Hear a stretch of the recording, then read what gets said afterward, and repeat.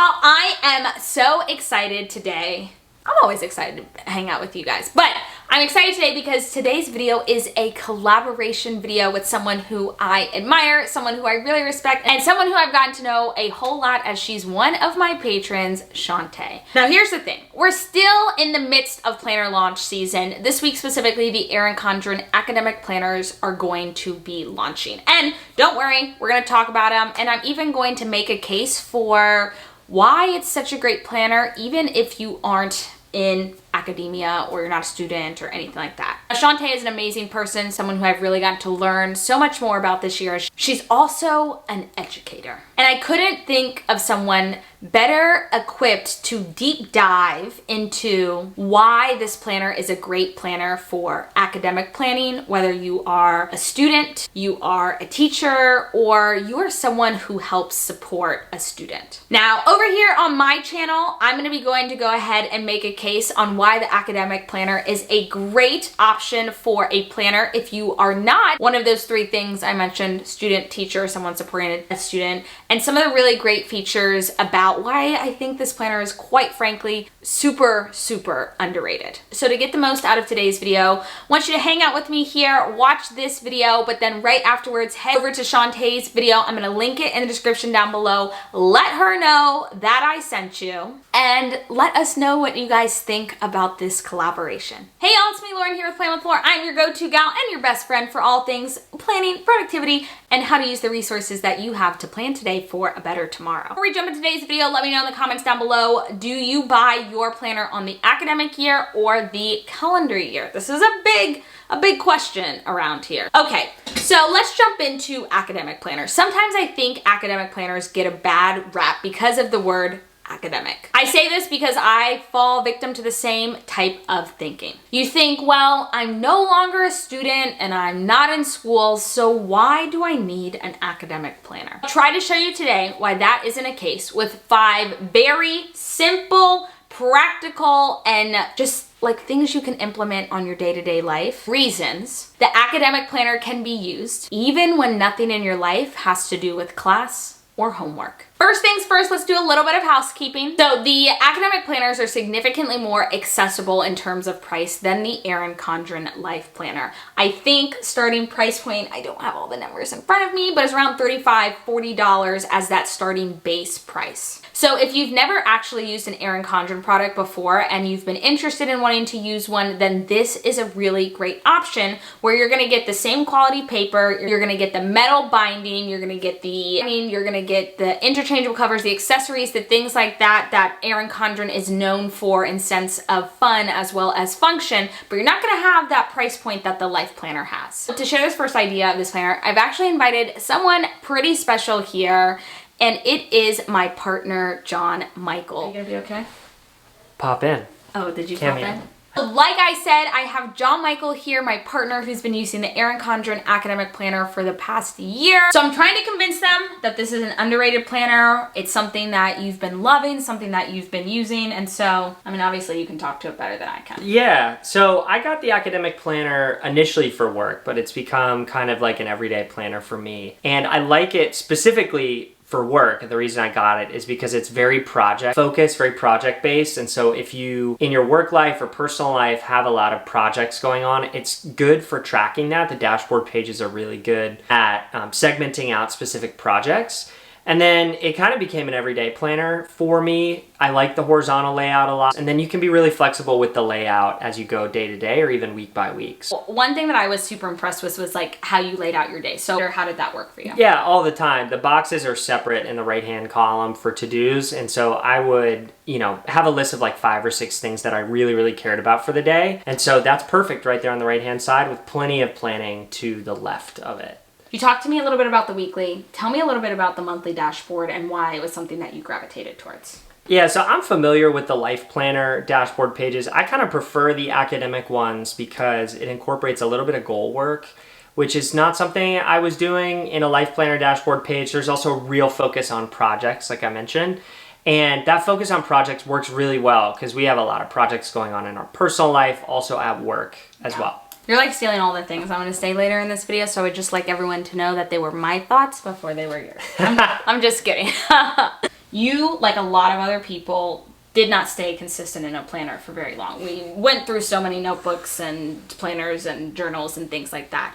What about this planner, besides all of the awesome things you've said about the inside, helped you stay consistent with that? Well, sure, of course the layout matters, but the design for me, it's kind of the first planner that I felt like was geared more towards men, for lack of a better word. Yeah. The focus option is a minimal design. It's just really easy to sit down, open it up, crack it open, do some planning, and follow that plan for the day.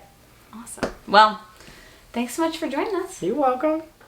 Okay, so the second thing I want you to know about this Erin Condren Academic Planner is that layout itself, all of that, has nothing to do with school or with classes. You can decide each day how you want it to look. One thing that I really love here, especially in the Focus Academic Planner, and you'll see this across all the layouts, is that there's a to-do list section built into the planner already. Now, one thing that I talk a whole bunch about is about creating daily priorities. So this planner is perfect if you are looking for something quick, simple, portable, but that's also going to be able to keep you in line with all the priorities that you have. So, okay, the third opinion of mine, we're gonna in this third opinion, we're gonna get a little controversial here. I'm coming here with y'all just like, this is me.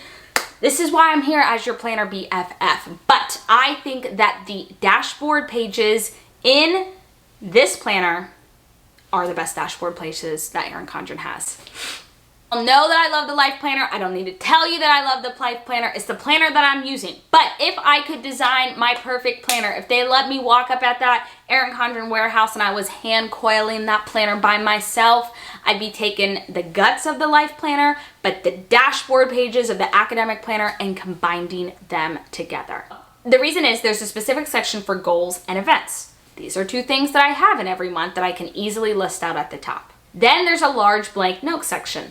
Love that. On the right-hand side, you have a section that says projects/exams. Now, I don't have exams anymore, but I do have projects. And you guys know that the word exams is super easy to change over with a sticker or some white out. So for me, I think that this is really a great way to have a monthly section that empowers you, that helps you focus on your goals, and that is keeping your project and your priorities front of mind. So what even makes this an academic planner anyway? Well, the actual academic details are very small and, quite frankly, very easy to work around. I mentioned one of the two main aspects above. The dashboard pages include a section for projects and exams.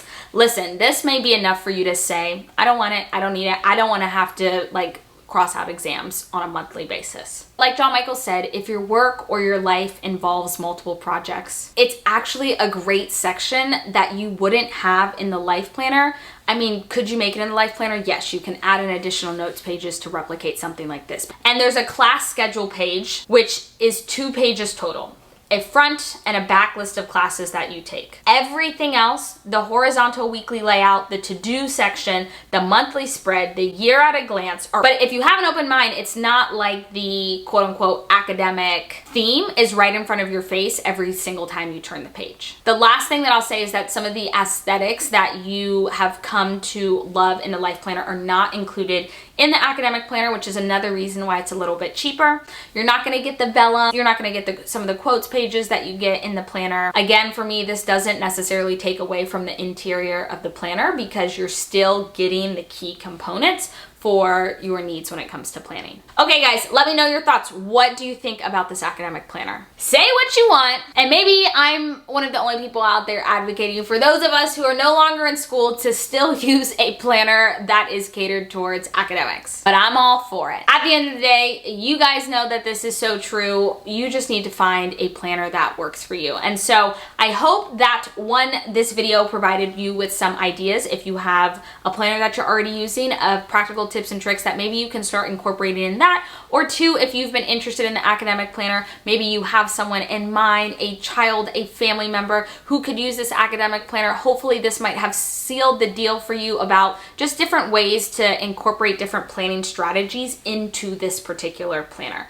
Like I said, it's a phenomenal deal, y'all. You are getting everything that you love about Erin Condren, minus some aesthetic things at a very great price. And as a reminder, make sure to go ahead and check out Shantá's videos on Simply Shantá Shantá's plans. She's going to have a video with some more information about the academic planner, but also catered towards individuals who are students, teachers, or just individuals who are supporting students, and how best to use the academic planner in a more academic context. Y'all let me know in the comments down below who's snagging one of these planners, who's like, maybe I'll get in next time, and who's just like, hey, I came here just to watch another video about planners because that's what I love. All right, y'all, now that is all that I have for you guys today. If you are new here, welcome. I hope that you decide to stick around by hitting that red subscribe button. I post new videos every Monday and Thursday. Like I said, make sure to check out the link in the description down below to 1, check out Shantá's video, and 2, I'm gonna link you directly down to the academic planner so you can check them out for yourself. As always, y'all, my name is Lauren here with Plan with Lauren, and I'll see y'all next time. You welcome. Any last minute? Oh my God. Any last minute? I would say that I agree with you. It is kind of an underrated option for your day-to-day main planner. And if you have any questions about it, ask Lauren, and then she can ask me. Awesome. Thanks.